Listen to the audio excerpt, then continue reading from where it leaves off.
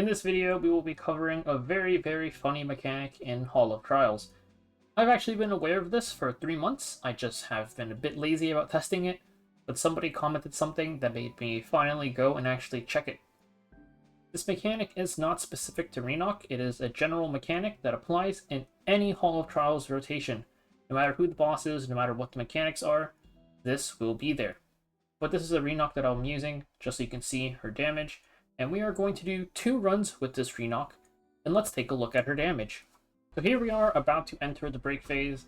Let's enter the break phase and let's start looking at damage numbers. Let's see how much damage Reno's S1 does here. 2640655, and we are going to keep that number in mind. Now let's go do a second run. Here we are back at the start of the first break phase again, and now let's see how much damage this S1 does. 2697453, I didn't really catch those last 3 numbers, but this is higher than it was before. So what is going on here? The secret is, if I turn on auto here, it's because I have 4 units here. And this isn't because of imprints or anything, none of these units have attack percent imprints. So let's go take a look at why my damage went up. I'm just going to quickly show you guys that these units, none of them have attack percent imprints, effectiveness, HP, and landings is something stupid like FRES. Yeah, it's FRES for some reason.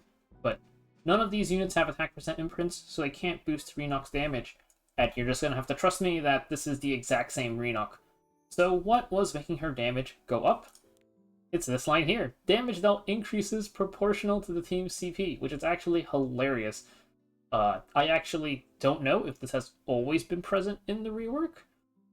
I did say that I saw this 3 months ago. You can see some of my messages here where I noticed it, and I was like, interesting, I should test this eventually. Turns out eventually was 3 months later, but with this we can actually kind of narrow down when this line got added to the game.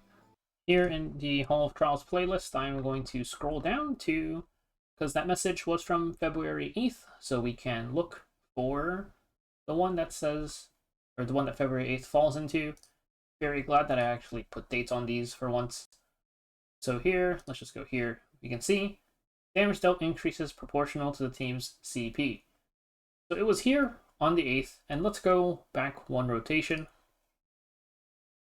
Let's find the part, if I can actually find it. Did I actually show it in this one? I guess not. Let's go back 1 more.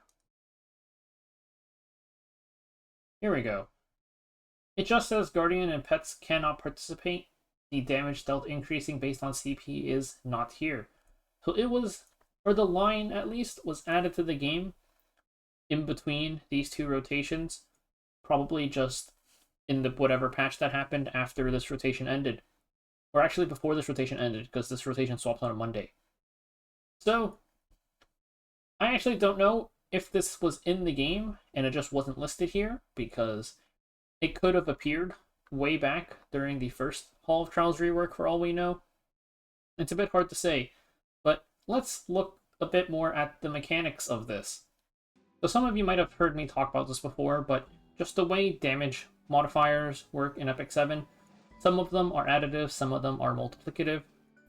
The simplest ones are just damage dealt increase versus damage taken increase.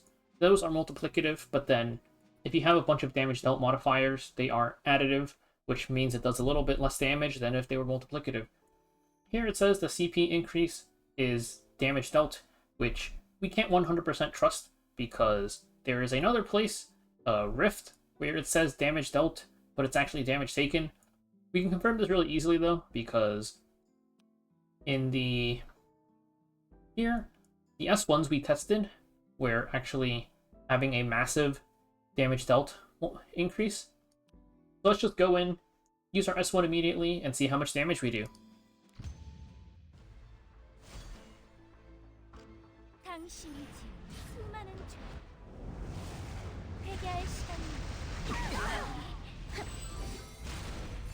So this is with all the extra CP. 12834. Oops, I forgot to take them out. Let's take everybody out.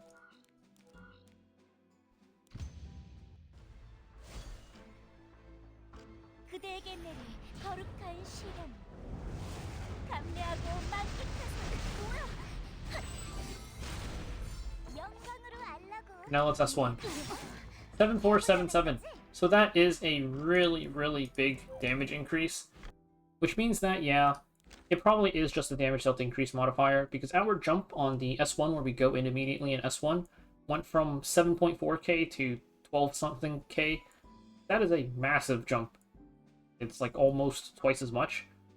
And then if we look at the one where we did the S1 in the break phase after using S3, so we had a bunch of increased damage dealt already, the jump was 60k, a little bit less, on a total number of like 2.6 million.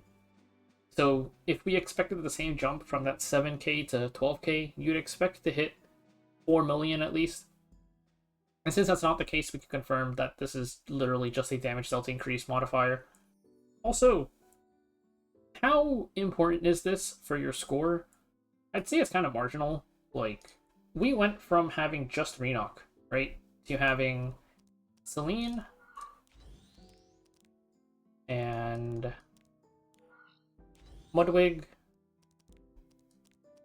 and Landy.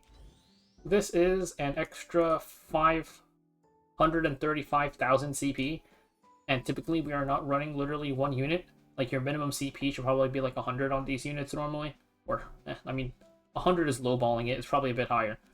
So, you are going to typically not have this drastic of a CP jump, but even with this, like, maximum jump, we still only gained 60k damage on our S1, which does kind of add up, because that was one hit. Reno is doing 8 hits in these phases, plus there's 3 break phases.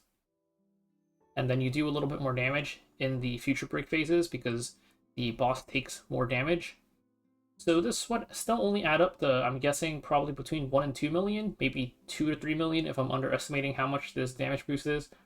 That's not really the end of the world unless you're pushing for top 3, or if you're on the very fringes of top 100.